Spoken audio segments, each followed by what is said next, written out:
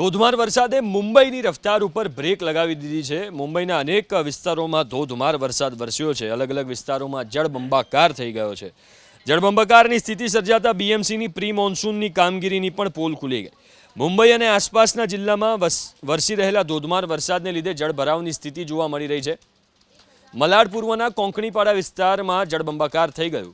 સતત થઈ રહેલા નિર્માણ કાર્યોને લીધે વરસાદી પાણી લોકોના ઘરમાં ઘૂસી ગયા તો અંધેરી સબવેમાં પાણી ભરાયા। વિક્રોલી વેસ્ટમાં રહેણાંક ઇમારત પાસે બનેલી રિટેનિંગ દિવાલ ધરાશાયી થઈ। કોંકણીપાડા કુરાર વિલેજ મલાડ પૂર્વમાં મંગળવારે મોડી રાત્રે વરસેલા વરસાદ બાદ ઘણા ઘરોમાં કમર સુધીના પાણી ભરાયા। જળભરાવને લીધે ઘરમાં રાખેલ ઘરવખરીનો માલ સામાન પણ પલળી ગયો। આ સિવાય સાયન સબવે, એલબીએસ રોડ કુર્લા, સાયન ગાંધી માર્કેટમાં પણ વરસાદી પાણીનું સામ્રાજ્ય જોવા મળ્યું। સૌથી ચોંકાવનારી વાત તો એ છે કે વરસાદ બાદ મેયર જ્યારે માટુંગામાં નિરીક્ષણ કરવા પહોંચ્યા ત્યારે જ બીએમસીનો એક કર્મચારી નાણામાં ખાબક્યો હતો। જોકે હાજર પોલીસ અને અન્ય અધિકારીએ નાણામાં ખાબકેલા કર્મચારીને બહાર કાઢ્યો।